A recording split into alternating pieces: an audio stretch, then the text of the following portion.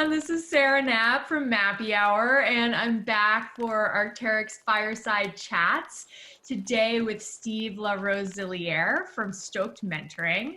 Hey, Steve. Hey, how are you, Sarah? I'm good. I'm really excited to be chatting.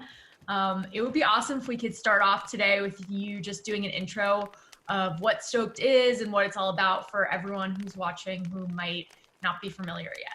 So Stoked is a nonprofit youth development program, and we use the lifestyle and culture of action sports, snowboarding, skateboarding, and surfing to close the opportunity gap for kids. And we give them the skills, the relationships, and the experiences that they need in order to become successful adults. Awesome. How long have you been doing Stoked for? So Stoked is 15 years, and we started in 2005. That's amazing. So right now, obviously, things are potentially a little bit different for Stoked. So I wanted to ask, in the crazy coronavirus world where you can't do live mentoring in the programs that you had previously done, has the vision of Stoked changed at all? What do the goals look like as you guys move forward? Yeah, that's a good question. So right before we sort of all locked down, we sort of made sure that we got in touch with our kids. We got in touch with as many of them as possible. And we put them in text groups and Instagram groups and Facebook groups and even email, just to kind of make sure that they were all together.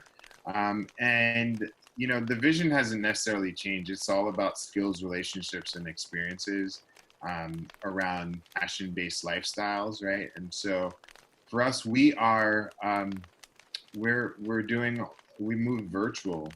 So we're doing a lot of after-school programs virtually on Zoom. We're doing like hangouts, and then we're kind of moving back to our roots of one-on-one mentoring, because nowadays kids need more human connection as possible. And to know that there's a community of adults that care about them, like that's really, really important. Like that is, and that we're finding out, like if kids were, at risk and underserved before, it's even more highlighted now these days, right? Because a lot of our kids live in vulnerable communities, and they have, live in neighborhoods where it's not necessarily safe to even go out. So a lot of kids are staying indoors. They're not necessarily eating healthy, or they have parents that are still working. And so giving them, making them even more at risk of getting the virus. And I'm sure everybody knows that low-income communities have been the ones that have been most affected by this. And so those are communities where our kids live, right? And so for us, it's about just being there, being a resource to them, and then just making sure that we're keeping them engaged and in front of us all the time. So we have programs running every single day, multiple times a day for the kids that we're serving. Amazing. Do you think virtual programming or virtual mentorship will continue into the future? Is it something you'll add into the programs? I think so. Yeah, I think anybody in this space that has it figured out, is unless they were doing it before, Yeah. we're all still figuring it out, right? And so, we've hit a lag too with just it's when virtually with young people, they're used to being in front of screens, but it's a hard thing because the kids are all zoomed out, right? Yeah. They crave being outside and moving and being with their friends. Like that's the best. They took away one of the best parts of school, right? That they got to be with their friends, and now they can't. And so we're doing our best right now. I think everybody's doing their best. I think that the hard part too is like we are in touch with like a third of our kids, and so even e-learning opportunities in school districts, they're seeing decreases, right? Like not every kid is being engaged, whether it's, access or just, wireless access. It's a hard thing, right? It's easy for us to hop on a Zoom. Right. We have the resources, but it's not the case for everybody. Yeah. And so right now or in the future, how can someone who's watching this support Stoked, become a mentor maybe, or just get involved? Yeah, so you could go to stoke.org, fill out an application. We are definitely looking for more support in adults right now. We're going to be ramping up a lot. Right now we're closing out our school year, which is ending in June. So we're closing out our programming as best as we can, and then we're planning on what the future Stoke looks like. I'd like to say that we're going to be back snowboarding, skateboarding, surfing again. But that's a hard thing to guarantee right now. It will happen. How it happens and what it looks like is a very difficult thing, right? Yeah. To even predict, right? Mountains don't know when they're going to open. They don't know if it's going to, and the beaches, and even still, like we normally take, 15 to 50 people on any given trip, right? And so like that will change, right? It's still the same costs too, right? Right, but you have to spread everyone out in a bus. Yeah, right. But how can we? Because then we have a bus, right? And then, so these are all difficult, things. I mean, aside from having a vaccine and, and it not being a thing, I don't know how we move forward aside from we're just going to continue to provide adults and kids with adults and that care, and give them opportunities to learn and grow and have some sort of experiences. Yeah. Assuming like a normal world, more or less, what does a Stoked mentor do when you can be going to mountains or skateboarding and all that fun stuff?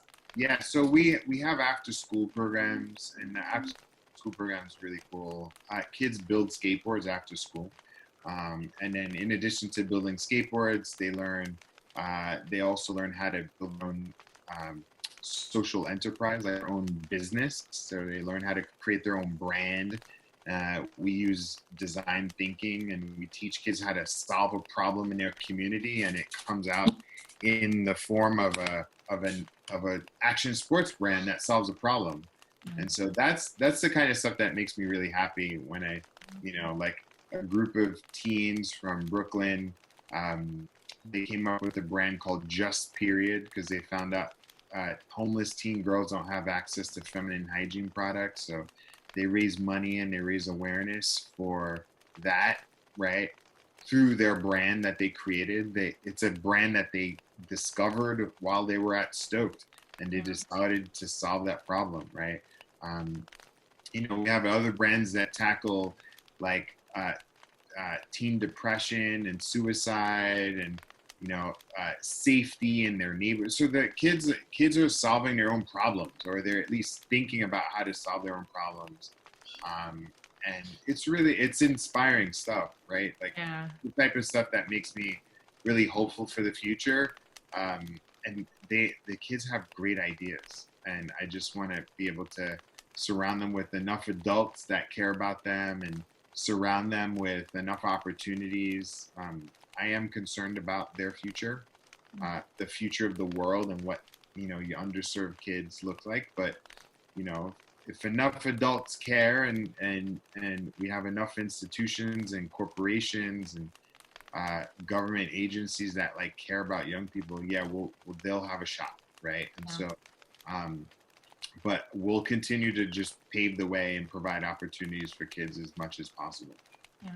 How does, I guess, maybe the alumni might be a question here, connect to the outdoor industry? Are you seeing kids trying to move from, doing this project in high school to finding a job in retail, let's say, or in some other more traditional part of the outdoor world? Or yeah, so before COVID, our plan was to really get our kids and hire them, so that they could be coaches, right? And then we've been talking to people like, OVR about getting our kids to work for them. Like those are types of conversations we started to have. We do have kids that have gone to colleges in locations where they can be outdoors. Right. And we have had kids go off and buy their own equipment, right? And start, pursuing those activities on their own. And so for us, it's just really about creating the pathway. But the first pathway was like, hey, we'll be a junior coach, and then be a mentor, and then we'll hire you. So we actually had a couple students that were like, I knew them when they were freshmen in high school, and they were employed at Stoked, right? So Yeah. yeah. Yeah, I think it's so interesting because like you go to like the big outdoor conferences and there's this 1 million panels on diversity, and they're always talking about like, how do we get people from different backgrounds to come be part of the outdoor industry? And as far as I've seen, I don't want to make like a broad sweeping statement, but like from the industry, there hasn't been a whole lot of like investment in the pipeline and making sure that like, there is that connection piece. So that's kind of like what I was wondering, if you've seen anything like that, whether it's from Stoked or in other, either from top down from, the bigger organizations, or like I almost feel like there've been a lot of movements, right? Yeah. Movements need to connect to programs, right? And programs need support for like long periods of time. Right. Because that's how you get, for us, we don't work with a lot of kids. I mean, we have 600 kids. It's not like thousands of kids. But for us, it's about working with kids for a long period of time, right? So for us, that's what motivates us. And once you know a kid for a long period of time, then you can give them opportunities, and then they start to trust you. But yeah, that's I kind of wish that the outdoor industry was as organized as, like, let's say, the technology industry, right? Like, technology industry that totally made a business case for coding. Now everybody's coding, right? Grandmas are coding now, right? And so I'm just joking. Maybe there are some grandmas that are coding, but but they made a case for coding, right? And so I feel like there's an opportunity there as well. Yeah. Cool. So how, I guess, I'm sure you guys are kind of locked down right now, but do you have any big adventure goals for you and your family once you're allowed to get back outside? I don't know. We had some vacations planned, and they were like next month and in June, and I just literally an hour ago deleted them from my calendar. Okay. This is a tough question to be asking right now. Yeah. I don't know. I mean, for me, I really like. I mean, I live in Chicago, and so the beaches in Chicago are closed, and so, but in the suburbs they're not. So it's been nice to just go and see a body of water, and like play in the sand. It's really nice. It's really nice. Yeah. And then my wife's family is in Michigan, so her family has a lot of land. So I'm hoping. I mean, no diss to anybody in Michigan, but Michigan's a little nutty right now. So so we were hoping to go there, and be outdoors. But yeah, we're just chilling. Listen, it's working. They're keeping the city dwellers out. Yeah. I know. So, yeah. Cool. Well, thank you. I guess last thing, any like last message that you'd want to share with the Arc'teryx community that's at home right now and kind of, checking out the video, learning about Stoked. Yeah. So my big thing came from, I started Stoked while I was right after 9/11, right? And so and it's not the same, but it was like moments of like chaos / crisis, right? And so if you're feeling lost, if you're feeling like you don't know what your purpose is, the best thing that you can do is serve, right? You can serve a community, and it doesn't even need to be Stoked. It could be your local community. It could be like, there's like a school, there's a community center, there are people in your community that need your help, and maybe hop on next door and like sponsor like a senior citizen, buy them groceries. Like there's so many things that you can do. Like if you have a gift like graphic design, right? Like give it away, right? Like if you're a good listener, like just hop on Zoom calls and listen to people. Um, Through these times, that's where like the next 15 years of your life can potentially change. And so like if you're sulking, if you're like bummed out that you can't be outdoors, like just be grateful that you're even watching this and you have a home. And like not to get all preachy, but like we're pretty blessed if you're watching this right now. And so I believe that like you can really set the tone for your life during these times. And I'm saying that now because I realized it in hindsight that like it was literally 15 years ago, right after 9/11, where I was just like, I decided like I wanted to just start mentoring kids.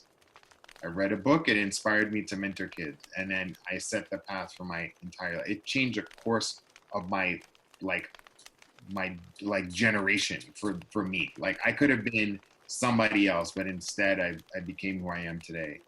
And so yeah, don't look at the downsides. There's a lot of positives. So yeah, that's it. There you have it. That's Steve from Stoked. And if you're interested in learning more, you can head to stoked.org.